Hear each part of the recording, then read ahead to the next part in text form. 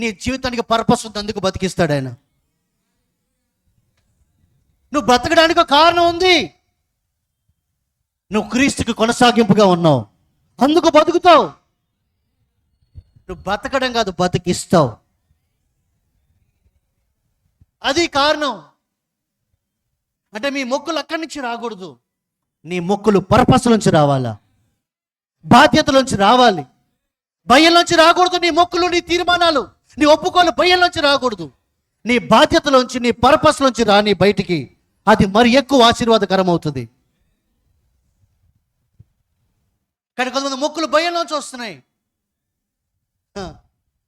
మళ్ళీ పైపెచ్చాను తెలుసా, ప్రభా ఈ మొక్కు చేశాను కాబట్టి దేవుడు నాకు నువ్వు ఎవరిని అర్థం చేసుకున్నావు? నువ్వు ఎటువంటి వ్యక్తిని నువ్వు అర్థం చేసుకున్నావు కాదు. అంటే నీ భయాన్ని క్యాష్ చేసుకునే వ్యక్తి అనుకుంటున్నారా మీరు?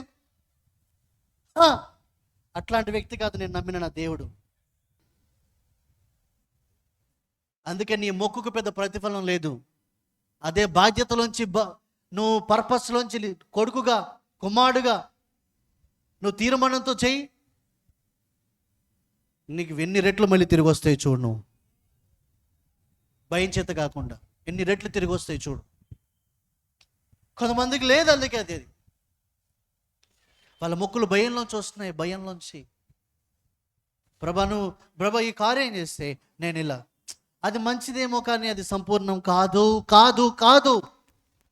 అది ఒక స్థాయి వరకే మంచిగా కనబడుతుందేమో కానీ సంపూర్ణమైన స్థితి, సంపూర్ణమైన స్థాయి కాదది.